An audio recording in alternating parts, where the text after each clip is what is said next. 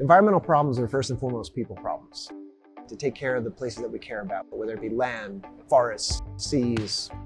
We have to take all that great science that we know about and we have to be able to communicate it, not just to the general public, but to all types of different stakeholders and people so that we can build coalitions to actually protect those places.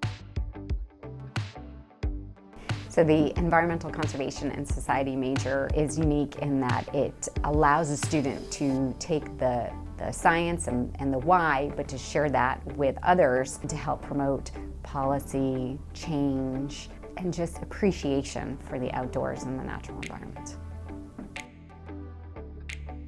If you're really interested in working in ecotourism, you can see a path through the major to do that.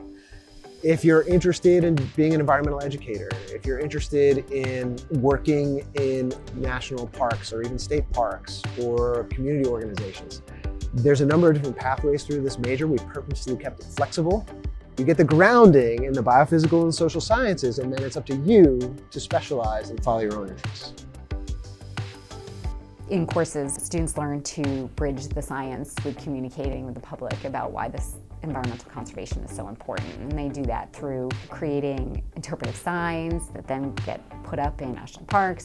They learn to create informational brochures and flyers, and then they learn to teach. So they do a lot of things that help bridge science with communicating with the public.